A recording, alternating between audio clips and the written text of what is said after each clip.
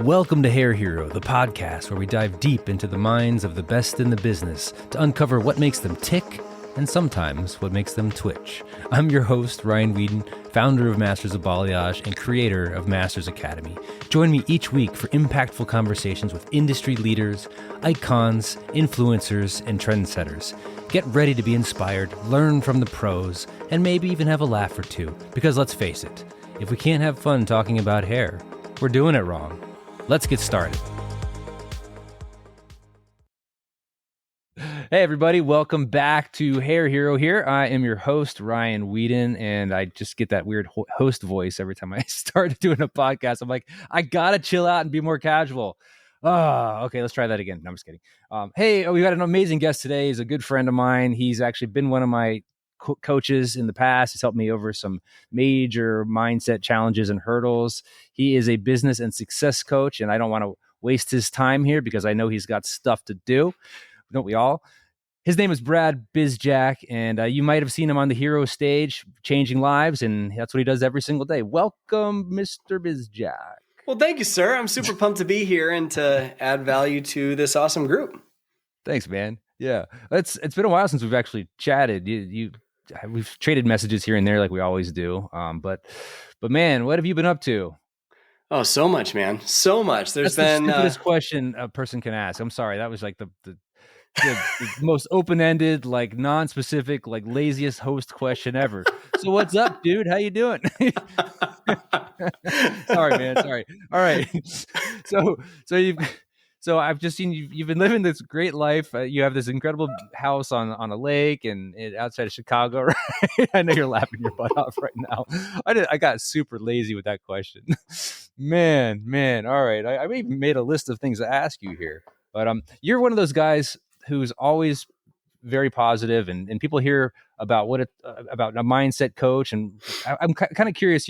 I think we all have this idea of a mindset coach. I don't need a mindset coach because I just need to smile more and just be positive. Tell me why that's not probably the case. Yeah, well, I mean, for context, something that I used to do all the time, I used to be the guy that just always was super, super bubbly. I had a smile on my face, but on the inside, I was dying. Like positivity was my coping mechanism for my own insecurities. And it was really just me avoiding my problems, right? And there's a very big difference between positivity and optimism. I think positivity for positivity's sake is just as toxic as pessimism because it's glorified avoidance. That's all it really is. And I think a lot of people, when they think of mindset, they think, okay, just be positive. Just say it's going to be fine.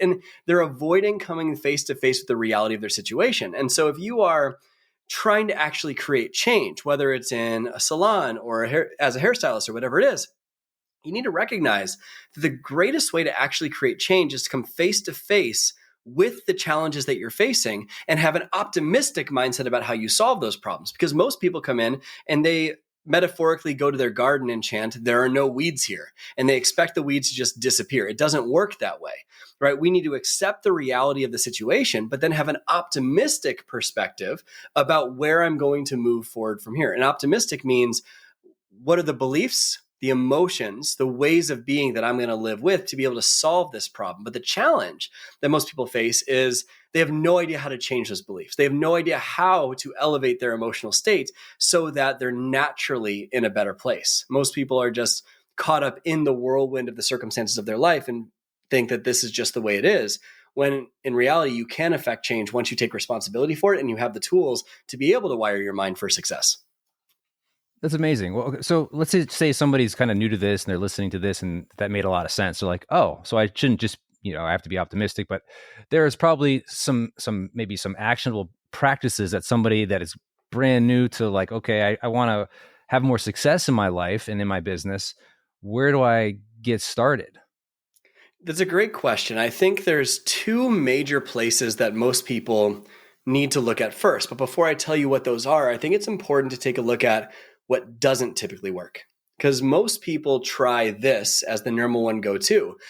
The thing that doesn't work is focusing on the how-to, focusing on the strategy. Let's say that, and by the way, let me just preface that by saying that the strategy matters. It's just not the first thing you should be doing, right? Strategy is very important. You need to know how to price your stuff. You need to know how to do the right techniques with hair. That strategy does matter. It absolutely is important because you can't head east looking for a sunset. You can't put the eggs in after the cake's done baking and expect a good cake. You need the right strategy. But if you start with the strategy, what typically follows is well, is that ever going to happen? How is that going to work? How could that go wrong? And it leads to a state of overwhelm or anxiety or fear. And then when fear is mixed with the right strategy, you either will not apply the strategy or you'll just say it's not enough. I need to study more and look more, and you never actually take action. So if we want to actually affect change at a great level, there's two places that we need to start with. Number one is your beliefs, and number two is your emotions. Those two places are the foundation of everything. I'll go into each of them. Beliefs are an invisible force that controls your life. Our entire life is controlled by invisible forces. Like, think about gravity.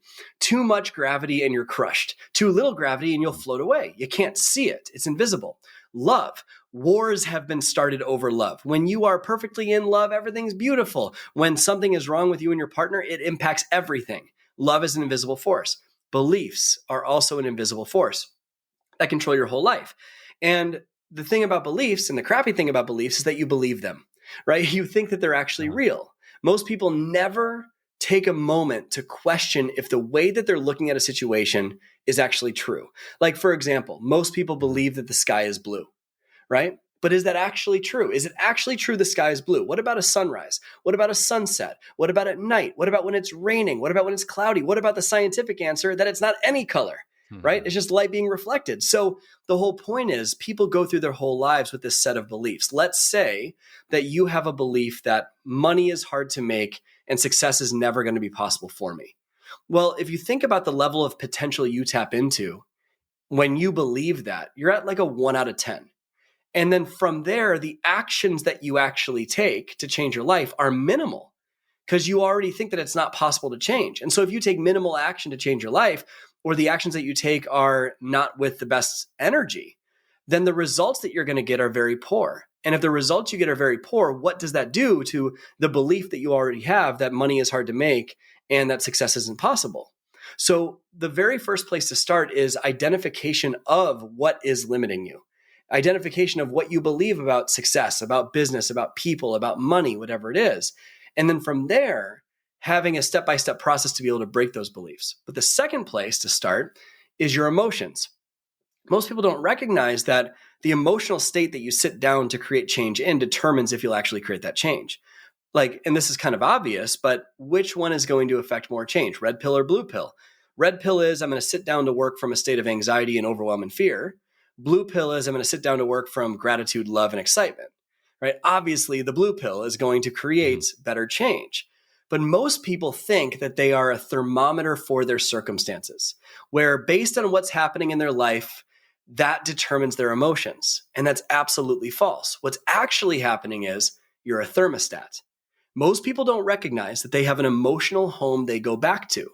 People tend to, grateful people tend to be grateful. Happy people tend to be happy. But anxious people tend to find something to get anxious about. Overwhelmed people tend to find something to get overwhelmed about. And most people don't realize that they have an emotional pattern that they've practiced for year after year after year after year. And that emotional pattern is the thing that's keeping them stuck. But if you view it like a thermostat, where your emotional thermostat is set to, let's say, 65, and that's overwhelm, and your goal is 100 degrees, that's overwhelm, that's unconditional love and deep appreciation, right? That's a beautiful state to be in. Well, let's say something really hard happens in your life and the temperature drops down to 20 degrees, which is depression, for example. Well, you'll feel the depression, but your furnace will kick on and it will raise the temperature back up, but only to 65, only to overwhelm, only to your emotional home. And the same is the opposite. Let's say things start getting really good. Let's say you start making progress, you start succeeding, right? And you're at 95 degrees, you're at joy and happiness and it's beautiful. Well, the AC kicks on. It can't be that good.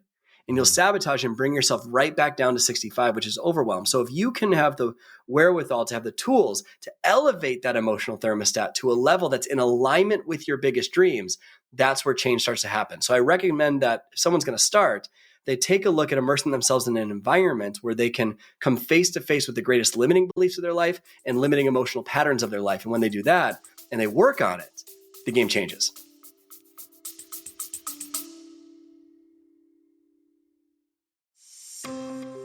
Balayage. It doesn't matter how you pronounce it. Your clients just want to know that you're good at it because they're paying a lot of money for your service. Sure, you can take a class here and there, search on YouTube, learn a hack here and there on Instagram, but it's never going to be enough because to excel at balayage, you need structured learning with experts that have been where you are and can show you how to reach your goals. Hi, I'm Ryan Whedon, founder of Masters of Balayage and one of the first balayage experts to bring modern balayage to millions. And right now, Masters Academy, the #1 online trainer for balayage artists, is now offering lifetime memberships. That's right, no more monthly payments, no more overdrafts, just a one-time payment and you can get over 100 hours of balayage and blonding tutorials on demand to watch and rewatch on your time. Our new Masters Academy lifetime membership also includes our 3 world-famous certification programs, the Balayage Masters Program, the Blonde Masters Program, and the Extensions Masters Program. Not only do you get to own all 3 of these now, you also get Master Certified. So if you're stuck, lacking that balayage confidence, or just need an awesome excuse to raise your prices, Masters Academy is the answer. And right now, you can save $100 off any lifetime membership. Just go to www.mobmastersacademy.com and use code MYLIFE at checkout to redeem your $100 off promotion. I'm gonna say it again, so go grab a pen and write this down. Go to www.mobmastersacademy.com and use code MYLIFE and redeem your promotion now.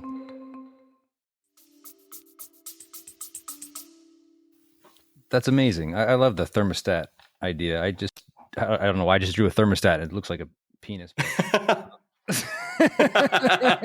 So I don't have to show you that. But as far as, okay, so when things are like, how do we identify what our emotional, our normal level is? Like our baseline basically is what you're saying, is like we always return to our baseline, whatever that is. But how do we change the baseline? If we thrive in overwhelm, not thrive, but if we always kind of return to overwhelm, or we return to panic, or we return to a stressed out state, which a lot of us, I feel like, do. How do we change that baseline? It's a great question. I think to start, what matters is that people first recognize what their baseline is. And that comes with a question. What's your favorite flavor of suffering? Right? Everyone's got a favorite flavor of suffering. Okay. Everyone's got one they go back to, whether it's anxiety, overwhelm, fear, doubt, worry. Mm-hmm. But you want to start to ask yourself questions. Is this strategy for success working? Is overwhelm working for you? And if the answer to that is no, it becomes pretty obvious. Then you take it a step further and you start to ask yourself, what are the consequences of living in this emotional state consistently? And most people will have the obvious answers. Well, I'm not really going to have the business that I want or the money that I want. But what most people don't recognize is that this emotional state is actually their comfort, right? And when you link comfort to emotional pain, you're going to feel it. It's very hard to change. It feels that way, at least. It feels very hard to change because the devil you know how to deal with is easier than the devil you don't know how to deal with, right? So if overwhelm is what you've lived in, or anxiety is what you've lived in, you will want to stay there because the strongest force in the human personality is the need to stay consistent with who you already think you are. And so if you take a look at that emotion and you ask yourself, well, why can't I change this? It's because that emotion is safe for you. It's where you've consistently gone back to, but there are consequences to everything. And so if you look at what are the consequences to living in this emotion, what will it cost me physically, emotionally, spiritually, financially in 6 months, 2 years from now? Is that actually the emotion that you want to live with consistently? Another way to look at it too is the goals and dreams that you have. What emotions would you need to live in more consistently in order to reach those goals? And the third way that I would look at it is the only reason you feel this emotion consistently is because of the meaning you are giving something, right? Suffering is never found in what happens. It's found in your perception of what happens. It's the only place suffering exists. It's where you perceive that this shouldn't be this way, or it should be different. And next thing you know, you're shitting all over yourself, right? And that's what most people do. But when you change the meaning to your experience, the whole thing changes. One example of this in my life is I used to have so much blame and resentment for my childhood growing up. I had so much anger. And I lived with that. And that's where I use positivity as my coping mechanism to hide from that. But once I recognized that that was setting me up to be able to coach people in the way that I do, then I recognized it was never too late to have an amazing past. All I needed to do was change the meaning of it. So the meaning to what you face is 100% yours. So let's say Ryan and I are going into a smoothie place. Let's say you and I are going to a smoothie place and I decide to open the door for you and I'm being a nice guy and you're like, thanks, man, that was super kind. And why? Is it because I opened the door or your interpretation of the gesture? It's obviously your interpretation, because I could open the door and you can be like, I can get it myself, right? I don't need you, right? I can get it myself. But the event never changed. It was the meaning you gave to the event that changed. And so if you take a look at the circumstances that you currently say are causing you to feel a certain way, which are not causing you to feel a certain way, by the way, because all of life is cause and effect. The effect of life is your circumstances. The cause is how you feel and the emotions you're living with. Well, if you obsess over the effect, you forget the cause. And if you forget the cause, you can't influence the effect, right? So if you take a look at the effects in your life that you currently label as causing you to feel overwhelmed or anxiety, and you ask yourself, what meaning am I giving those circumstances? And you say, what's a more empowering meaning that will lead me into more action, more responsibility, more change? You give it that meaning, you'll have a different quality of life instantly. And one last thing with this is that expectation is the root of all suffering, right? If you have expectations of how things should be in order for you to be happy, you are going to be very disappointed. My favorite quote of all time is, trade your expectations for appreciations and your whole life changes in an instant. And when you can start that process of recognizing these expectations are just setting you up for pain and you appreciate what it's teaching you, then all of a sudden you can start to find a greater meaning that moves you forward.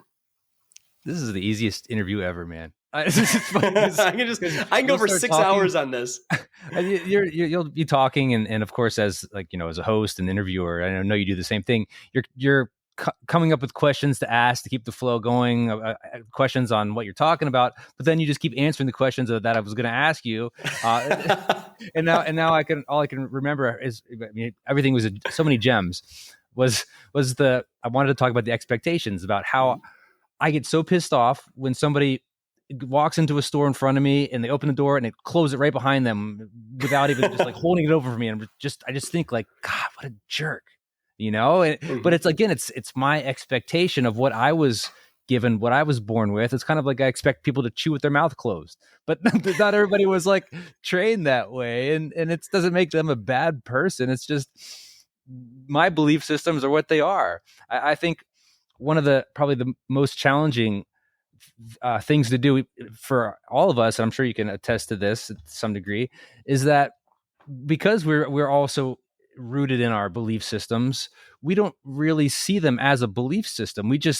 That's just the way it is to me. How do I start to, how do I know my own beliefs? I know what I believe, and I know the earth is round, but then you'll meet somebody. I actually met people that said the earth is, I believe it's flat, or I don't know if it's actually round. And I'm just like, I don't even challenge it. I'm just like, oh, good for you, kind of a thing. I'm just like, whatever. There's other things that I would rather focus my time on than trying to battle something. But then it's like, you go to the political landscape, for instance, and you've got such polar opposites of what people believe, but they believe those things on both ends. They're not just on one end, just necessarily lying. I mean, there might be people that embellish, especially in politics, but the people that are behind these different entities, the leaders on the different ends, it's like they are rooted in these beliefs. So they believe that this is red, they believe that this is blue, this is evil, this is good. And it's like, how do you look at yourself? How do you open your mind up to just being accepting to maybe I'm not right on everything. Maybe what I believe is wrong. What level of commitment to being brutally honest with yourself does that take? And who do you talk to understand more about yourself? This is a very good question. Thank you. It takes an amount of radical responsibility, because at the end of the day, the likelihood, if you ever get in an argument with someone or you ever disagree with someone, the only reason you disagree with them is because your beliefs are different. That's it, right? And a belief about what needs to happen for you to feel a certain way. When someone violates that internal rule that you have, that's where you have a disagreement. So you're never actually in conflict with another person. You're in conflict, your beliefs are in conflict with their beliefs. That's the only thing that's actually happening, right? So how do you actually start to challenge your own beliefs? And that takes a radical level of responsibility, with first recognizing that everything in your life, 100% of everything in your life, is 100% your responsibility, even the things that are not your fault. It is 100% your responsibility. And that might make listeners want to punch me in the face. That's okay, right? But we give away responsibility in areas that we're afraid to look at. And the areas we're afraid to look at is typically an area where we have a strongly held belief, right? So you need to have the courage to take responsibility for the things that are not your fault as well. And by the way, what does that mean? That, let's say something tragic happens in your life. This does not mean that that tragic thing is your fault in any way, shape, or form. It does not mean that I wish it happened to you in any way, shape, or form. It means that your ability to respond, responsibility, is yours. That means your emotions, your beliefs, how you're going to operate about that thing go forward is 100% on you. So it starts with recognizing that life is 100% your responsibility. Then it goes into taking a look at these other people, you're taking a look at your own beliefs. You need to first recognize that successful people are always challenging themselves to grow. Growth literally means not staying the same. Unsuccessful people are the ones that try to reinforce what they already believe, right? So what's really interesting is, let's say you brought up politics. I like to stay out of politics because holy bananas, it gets heated. But I've observed something, that the most successful people I know, when a political conversation comes up and someone challenges their beliefs, they'll literally respond with, "That's an interesting belief. Tell me more about why you think that." They're curious about it. Where if it's someone that's not very successful and it's a political conversation, it literally reinforces what they already believe, and they just dig their heels in deeper. Because successful people are always questioning, does this make sense? Is this actually true? And unsuccessful people are trying to basically reinforce what they already believe. So the environments needed to change are an immersive experience full of people that are willing to do the same. Like, life is so interesting because we tend to gravitate towards people that believe the same things as us. This is why on social media, the things that are in your newsfeed are only things that you believe, right? It causes you to reinforce things. It's confirmation bias. So I am always, always, always trying to surround myself with people that believe different things. We might share values, but our beliefs are different about what it takes to achieve a value or what it takes to live a great life or whatever it is. That way I'm always being challenged. I'm always being elevated. So successful people have the courage to look at that and say, you know what, maybe there is a different way. And once you have the courage to look at that and say, maybe there is a different way, it doesn't mean you have to change. It means that you're open to growth. And when you're open to growth, you get all sorts of different perspectives that make you a more multidimensional person and have a much better quality of life. I love that. Yeah. I love surrounding yourself and challenging yourself with different points of view. And the way that definitely a big takeaway from that was, if somebody does challenge you, you say, well, or you see their belief and they're rock solid on something, you say, it's very interesting. Tell me more about that, or why you think that way or is. Yeah. Think about the maturity of a conversation. If you disagree with someone's belief and instead of attacking or going back, you say, "That's an interesting belief system. I don't know if I fully agree. Can you tell me why you believe that?" Like, the other person is going to feel respected and heard, Sure. And you're going to have a mature adult conversation about it. I love that. Well, and then going into what you have coming up here soon, like kind of segueing into this mindset and actionable things that you can take to open yourself up to the possibility of digging deeper into yourself, so that you can have more growth in your life. I think we all want to. Well, I don't think we all want to grow. I think some of us like to be where we're at, but the ones that we talk to like to grow, and those are our people, the ones that want to have a better future, that want to have more impact in the world, that want to have more of that aliveness, and those people that are listening to this right now. I want to dive into what you have going on next week, which is the Success Accelerator, which is a life-changing challenge. And it's been one of those challenges that has survived the test of time, if you will, because challenges, there used to be a new challenge every week about 4 years ago. It's just like another challenge, another challenge. I'm like, I don't need any more challenges. But because Mm-hmm. yours has been around for a while, not only has it gotten better and better, you get a ton of people to be part of this challenge. You get incredible testimonials, people that are actually change their lives because they learn how they can impact their own lives and then therefore impact their families and the people that are around them. Now you only do it once or twice a year. So this is why I always push people whenever it comes around. I'm like, you got to be part of the Success Accelerator because it's life changing. So tell me a little bit more about like how that works, how people can join it. I mean, I'll give them a link and you can use a keyword actually. If you want to join it, I'll just give it to you right now in case you got to run or something. But just comment Brad anywhere on our socials, Masters of Balayage or Ryan.Weeden. Just comment Brad, BRAD. But tell me a little bit more about the Success Accelerator and why we should do it. Yeah, for sure, man. So there's a couple things. First is if you take a look at in your life right now as a hairstylist or salon owner or whatever you're going through, ask yourself what your goals are, right? What you're really trying to accomplish. And most people listening to this, I'm guessing, are facing obstacles getting in the way of reaching those goals. And you provide the best education on the planet in regards to strategy on how to actually reach those goals.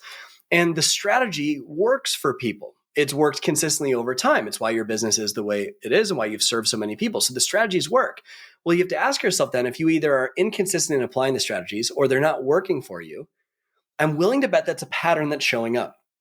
I'm willing to bet that most strategies you've tried haven't really taken off, right? So what's the common denominator? Is it the strategy that's broken? Or is it the way of thinking, the way your mind is currently wired that needs a little bit of an update? So let's use one example as a metaphor. If you have a MacBook, everyone that's had a MacBook has this experience where you're going through your day and in the top right corner, it says updates are available. And we always click not right now, right? And then the next day, the same thing pops up. Updates are available, not right now. Updates are available, not right now. Next thing you know, it's 2 months later, you've been doing this. And all of a sudden, Spotify or Google Chrome or whatever doesn't open the right way. And you're like, oh my gosh, my computer's broken. And files are crashing and all this stuff. And you think, oh my gosh, I'm going to need this whole new MacBook. This isn't what I want. When really all that needs to happen is you just need to update the software. And once you update the software, things are just flowing. They're moving. It's so much easier. Well, that's how your brain works, right? When's the last time you really took a look at your belief systems or your emotional tendencies or limiting thought patterns that are keeping you stuck from either not applying the strategy the right way or being inconsistent in applying it, or even having the motivation to begin with to go after something? A lot of people say, I don't know what I want, or I'm unmotivated. Well, there's a reason for that. It's because of the way your mind is wired. And all of this stuff that we've talked about today sounds really motivational, right? Really great, positive, woohoo, awesome stuff. Well, I faced a really big challenge about 5 years ago where I would be speaking on podcasts, on stages, serving all the people as best I possibly can. And I would share all this stuff. And people would be like, wow, Brad, that was so amazing. Thank you so much. And they did nothing with it. And it was so frustrating because I'm like, this is good stuff. You can do, right? And so there's a very big difference between knowledge and knowing. Knowledge is a conceptual understanding. Knowing is I've lived it. And when you live it, you can speak to it differently. You show up differently. It's how I can show up on this podcast and just go. It's because I live this. And so I realized back then that if I was actually going to help people to come alive to their limitless possibilities, that I needed to give them an experience where instead of me just telling them something, they did something. Where in just 5 days, you will not only identify the purpose and vision of your entire life and what you really want to go after, but also identify and break the greatest limiting beliefs, greatest toxic thought patterns, limiting emotional patterns, holding you back from achieving that, and come out on the other side with a completely different way of being. And so if you want to understand how these high performers seem to achieve their goals so much faster than all their peers with less stress, without taking more time away from your family. If you want to create that 6-figure business or do it while going on vacation more, right? If you want to raise your prices, if you want to actually have the courage to do those things that successful stylists and hair salon owners are doing, it comes down to the subconscious forces holding you back. And it's called subconscious for a reason. Think about what consciousness is. It's awareness. Sub means under. under your awareness. You're not currently aware of it. I'm going to make you aware of it and then give you an experience you will never forget so that it rips it out. And then you can start again from a completely fresh place. It's like a lot of people will go to an apple tree and they say, I want pears. And they'll do everything they can to tape a pear on an apple tree and wish it was a pear tree. I don't care how many pears you tape onto that apple tree, it's not a pear tree. What you need to do is dig up the root of the apple tree and plant a pear tree. And that's what we're going to do in this challenge. It's 5 days. It's changed 60,000 lives over the last 5 years alone. I promise you it'll change yours too. Ryan, you've been putting people through this challenge so many times over and over again. And even people that have come from your ecosystem. One of your clients, Stacy Prescott, she grew her business by 125% the following year after coming through the Success Accelerators. Really, really incredible stuff. So it's totally free, by the way. So Ryan's got the link for you to enroll. I'm sure it's in the show notes. Just like Ryan mentioned, comment on social, follow him on social. But it's a great experience. We start Monday, October 21st, and cannot wait to welcome you and give you just a world-class experience, changing the subconscious thought patterns holding you back. Monday, October 21st, right? Comment Yes, Brad, B-R-A-D, on any of our socials to get the link straight to you. Brad, it's been a pleasure to have you here. It's been fun. Dude, I can't wait for your Success Accelerator. I can't wait to see you in December too. We're going to be at a live event, personal growth, learn some cool stuff and hang out, man. But anyway, thank you for being here today. Thanks so much for having me, man. I really appreciate it. Thanks for tuning in to Hair Hero. If you enjoyed this episode, please leave us a 5-star review. It helps us reach more listeners just like you. And don't forget to screenshot this episode and share it on Instagram, tagging us at Masters of Balayage. We'd love to see your posts and share them. Until next time, remember, be bold, be brave, be you. See you in the next episode.